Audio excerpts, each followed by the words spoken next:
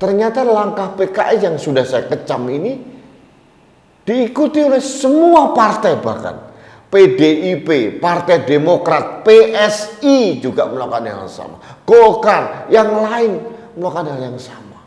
Mereka mendapatkan sekian ton minyak goreng. Saya nggak tahu bagaimana mereka dapat ya. Sedangkan minyak goreng langka begini. Rakyat susah. Rakyat membeli 28.000 untuk 2 liter karena kemasannya sekarang per 2 liter 28.000, artinya 1 liter 14.000. Susahnya minta ampun. Ini mengapa partai-partai begitu mudah? 16 ton Partai Demokrat, PDIP 10 ton, partai ini sekian ton, PSI sekian ton.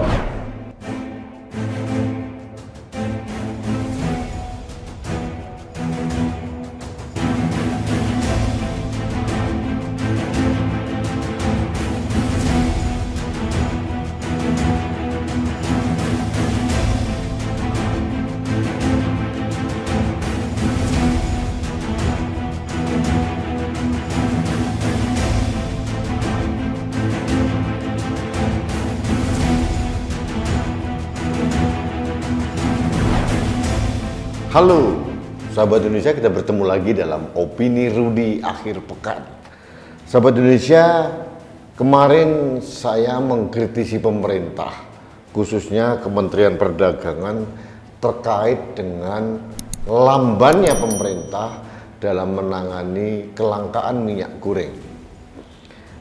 Di samping itu, saya juga mengecam pemerintah yang teledor sehingga 415 juta liter minyak bersubsidi bocor ke luar negeri, dan konon ada juga yang bocor ke industri.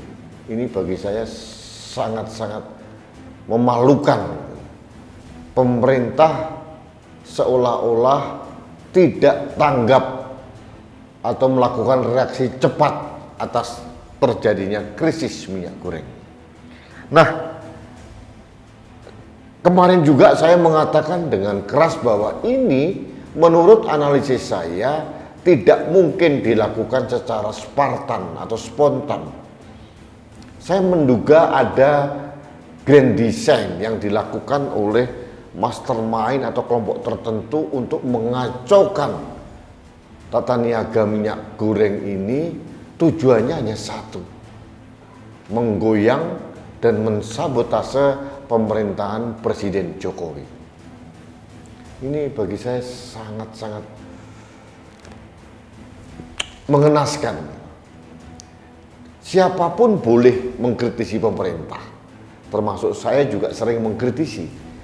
Tapi jangan juga mengkritisi pemerintah atau tidak sependapat dengan pemerintah dengan mengorbankan rakyat.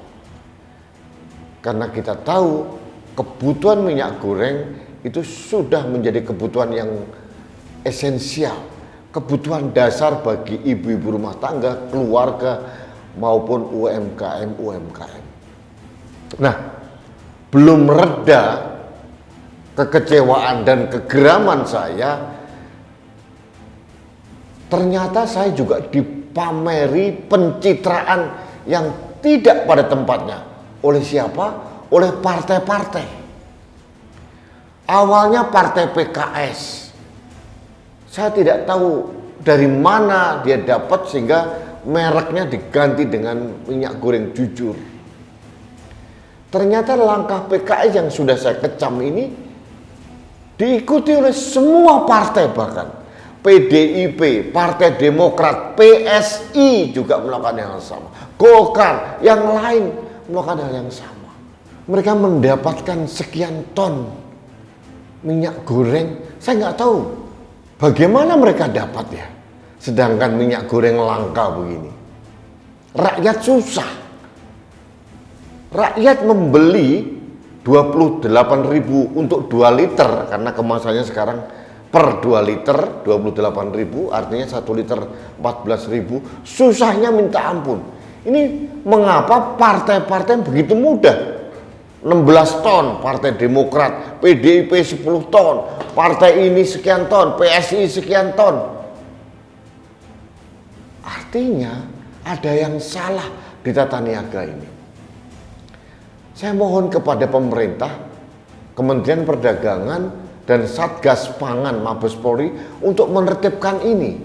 Jangan sampai kedukaan masyarakat atas kelangkaan minyak goreng digunakan sebagai alat pencitraan bagi partai-partai, bahkan sebagai alat untuk menarik dukungan atau suara. Bagi saya tidak etis.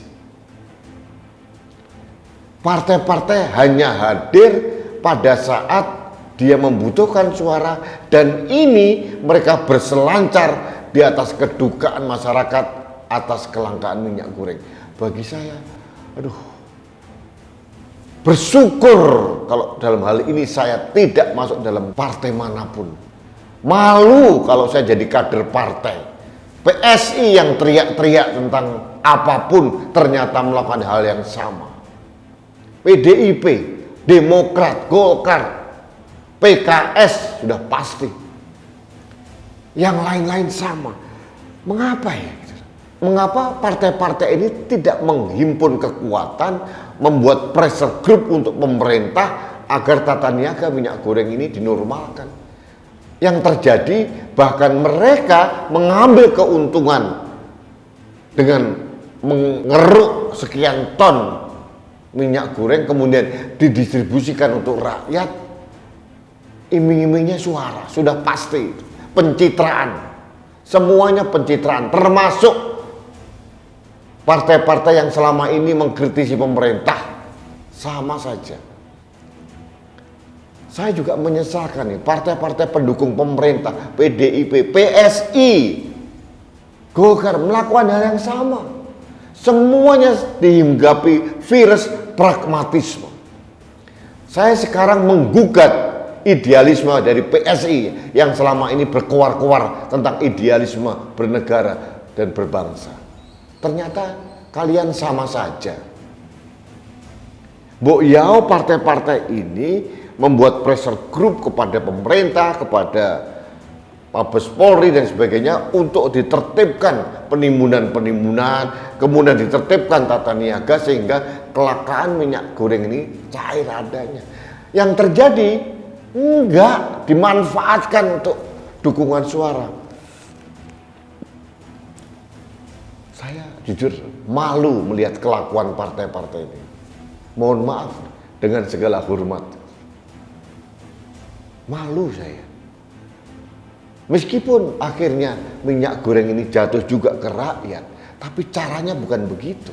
Seharusnya mereka menghidupi toko-toko kecil di pasar-pasar itu, supaya mereka dapat pasokan minyak goreng, kemudian dijualkan ke masyarakat.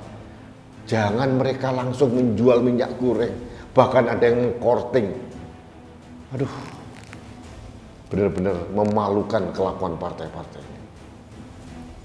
Jadi sahabat Indonesia, mari kita catat partai-partai mana yang berselancar di atas kedukaan rakyat. Mereka tidak murni membantu mengadakan minyak goreng, tidak. Ujung-ujungnya adalah minta dukungan suara, mencari empati, mencari simpati rakyat. Mohon maaf, izinkan saya muak. Baik sahabat Indonesia, demikian opini akhir pekan saya. Mohon maaf, saya harus keras mengkritisi partai-partai bagi saya, karena partai-partai ini sudah kelewatan menurut saya. Baik sahabat Indonesia, saya berharap kelangkaan minyak goreng ini segera teratasi. Menteri Perdagangan harus mulai bekerja dengan sebaik-baiknya. Kebocoran ini dijelaskan, dihukum, diumumkan ke publik siapa yang melakukan kong kali kong, apakah bea cukai, apakah dari instansi internal Kementerian Perdagangan, pasti ada. Tidak mungkin mereka bocor tanpa dukungan dari aparat negara. Itu kuncinya.